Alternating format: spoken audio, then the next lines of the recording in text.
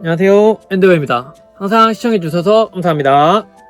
오늘은 가디건의 차이점에 대해서 소개하도록 하겠습니다. 가디건의 소재에 따른 활용도를 나누어서 어떤 코디에 어떤 가디건이 잘 어울릴지에 대해서 설명해 보도록 하겠습니다.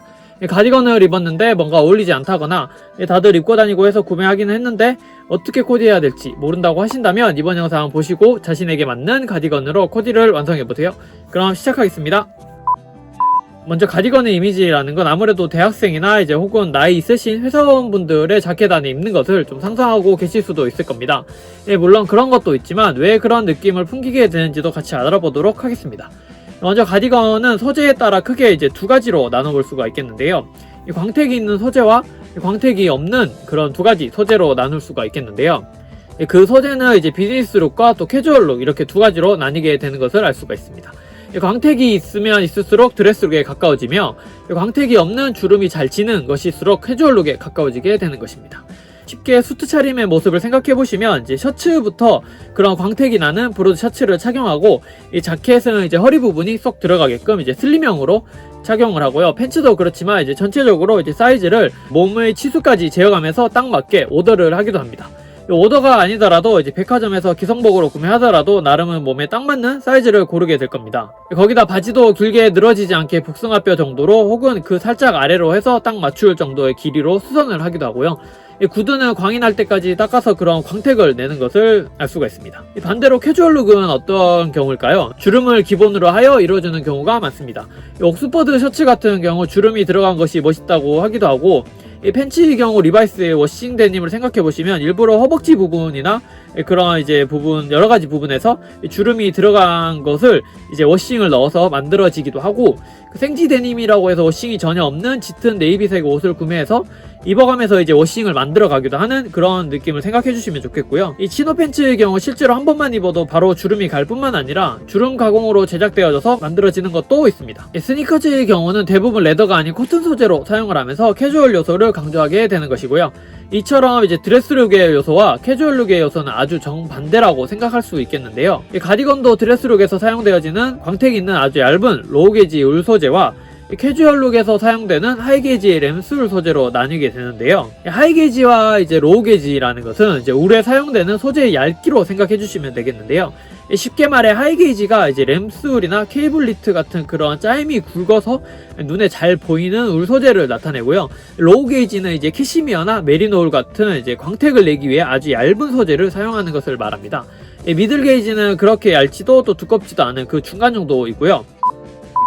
먼저 드레스룩에 사용되는 소재는 앞서 설명해드린 대로 우선 광택을 기본으로 하는 소재이므로 그 실이 매우 얇아야 광택을 낼 수 있어서 아주 얇은 소재를 사용하는 이런 소재를 말씀드릴 수가 있겠고요. 물론 중간 과정에서 가공하면서 두꺼운 실로 광택을 내는 것도 있지만 일반적으로 생각했을 때 그렇고요. 쉽게 말해서 머리가 긴 여성분들의 그런 머리카락을 생각해 주시면 이해가 쉬우실 텐데요. 흔히 광고에서 이렇게 찰랑찰랑하며 광택이 나는 머릿결을 나타낼 때 가늘고 긴 머리카락이 강조되는 것을 보신 적이 있을 겁니다. 실이라는 것도 두꺼운 것보다는 가는 것으로 광택을 내기가 쉬우며 그러한 실을 사용하여 만들어지는 것이 드레스룩에 흔히 많이 사용되지는 로우 게이지, 캐시미어나 이런 메리노 울입니다. 광택감에 있어서 드레스룩에 매칭하기 좋으며 그럴수록 더 성숙해 보이는 인상이 따라오면서 고급스러운 이미지가 형성되는 것입니다. 그만큼 광택을 내기 위해 실이 얇게 만들어지다 보니 이런 보온성은 떨어진다는 그런 단점이 있는데요. 그에 반해서 캐주얼룩에 적합한 소재는 이런 램스울처럼 광택감과는 거리가 있는 두꺼운 울 소재를 사용하면서 보온성은 높여주지만 고급스러움은 그만큼 떨어지며 거기다가 보풀이 좀 잘 일어나고 소재가 이런 어린 대학생의 느낌의 이미지가 있다는 그런 단점이라면 좀 단점이라고 할 수 있겠습니다. 물론 램스울도 아주 고급 브랜드에서 사용되어지는 그런 프리미엄 램스울은 또 조금 느낌이 다르기는 한데요. 이 색상에 따라서 사용되어지는 성숙한 느낌의 그런 검정이나 네이비를 사용할 경우 또 이야기가 달라지긴 하는데 보편적으로 흔히 많이 볼 수 있는 것들을 기준으로 했을 때 상황을 말씀드리는 것이고요. 그래서 일단 램스울의 경우 보온성은 높여주며 실용성 중심의 코디로 생각해 주시면 되겠고요. 이런 메리노 울의 경우 기능성은 떨어지더라도 깔끔한 룩, 조금은 더 성숙한 이미지 코디에 적합하다고 할 수 있겠습니다. 딱 두 가지를 이렇게 놓고 봤을 때 램스울의 경우 이렇게 패턴이 들어가서 더 캐주얼적이긴 하지만 이 두 개를 비교해서 보신다면 그 느낌이 이렇게 와닿을 수 있으실 겁니다. 광택이라든지 이제 보여지는 이미지라든지 이제 분위기라든지 해서 실물로 이제 같은 브랜드에서 직접 보신다면 더 확연히 다른 느낌을 받으실 수 있을 건데요. 이 각각의 이런 장단점이 있습니다만 이제 어느 쪽이 더 좋고 어느 쪽이 더 나쁘다 오늘 할 수 있는 그런 문제보다는 어떻게 이제 어떠한 씬에 맞춰서 이제 흔히 TOP라고 할 수 있는 이제 룩을 코디하는 게 중요하겠는데요.